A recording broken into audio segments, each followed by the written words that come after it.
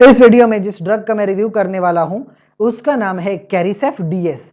और कैरिसेफ के अंदर जो एक्टिव ड्रग आती है उसका नाम है सेफेक्साइम। सेफेक्साइम एक एंटीबायोटिक है और ये सिफेलोस्पोरिन, एक एंटीबायोटिक की बहुत बड़ी क्लास होती है सिफेलोस्पोरिन, उससे बिलोंग करती है। और जैसे मैंने जिक्र किया एंटीबायोटिक है, दैट मीन्स कि ये बैक्टीरिया को मारने के लिए इस्तेमाल होती है यह एंटीबायोटिक।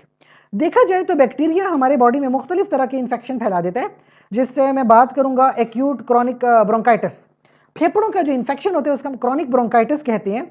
और वो अगर फैल जाए तो हम इस एंटीबायोटिक का इस्तेमाल कर सकते हैं।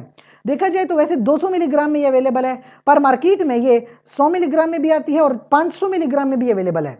तो ये जो शरबत है इसको आप इस्तेमाल कर सकते हैं सुबह में और शाम में। 400 मिलीग्राम इसकी डोज बन जाती है। आप इसको जो है फेफड़ों के इन्फेक्शन के लिए इस्तेमाल कर सकते हो। कान का इन्फेक्शन होता है जिसको ओटाइटस मीडिया कहते हैं, उसके लिए इस्तेमाल हो सकती है 400 मिलीग्राम सुबह में शाम में।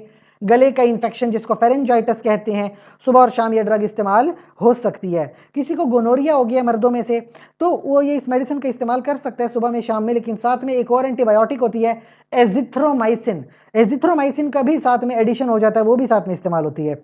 किसी को यूटीआई है, यूरिनरी ट्रैक इन्फेक्शन, खवातीन में ज़्यादा होता है, वो भी इस मेडिसिन का इस्तेमाल कर सकते हैं। 400 मिलीग्राम होती है, सुबह में शाम में आप इस मेडिसिन का इस्तेमाल कर सकते हैं। टाइफाइड के लिए भी ये मेडिसिन इस्तेमाल हो सकती है, यानी बहुत सारी इन्फेक्शंस के लिए मेडिसिन इस्तेमाल होती है। चंद एक बातें आपको बताता चलूं, अक्सर लोगों को इस मेडिसिन से डायरिया हो जाता है। ये बहुत ही कॉमन है कि एंटीबायोटिक के इस्तेमाल से आपको डायरिया हो जाता है, ये बहुत लोगों में कॉमन है। या एंटीबायोटिक के इस्तेमाल से उल्टियां आती हैं, मतली हो रही है, तो इस वजह से एंटीबायोटिक को अक्सर मुख्तलिफ तरह के फ्लेवर्स में रखा जाता है और फ्लेवर्स में एंटीबायोटिक इस्तेमाल की जाती है।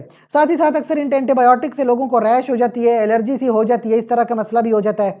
तो देखिए वैसे इतना सीरियस मसला नहीं है, फिर भी अगर आपको प्रॉब्लम होता है हो रही है तो अपने डॉक्टर से ज़रूर रब्ता कीजिए। साथ ही साथ प्रेगनेंसी की बात सुनती जाइए कि कभी भी कोई मेडिसिन प्रेगनेंसी में खुद से इस्तेमाल नहीं करते हैं, बल्कि अपने गायनाकोलॉजिस्ट से मशवरा लाजमी करते हैं। इसके अलावा अगर आपका कोई भी सवाल है तो कमेंट सेक्शन में पूछें। जाते जाते चैनल को लाइक करें, कमेंट करें, शेयर करें, सब्सक्राइब करें। शुक्रिया।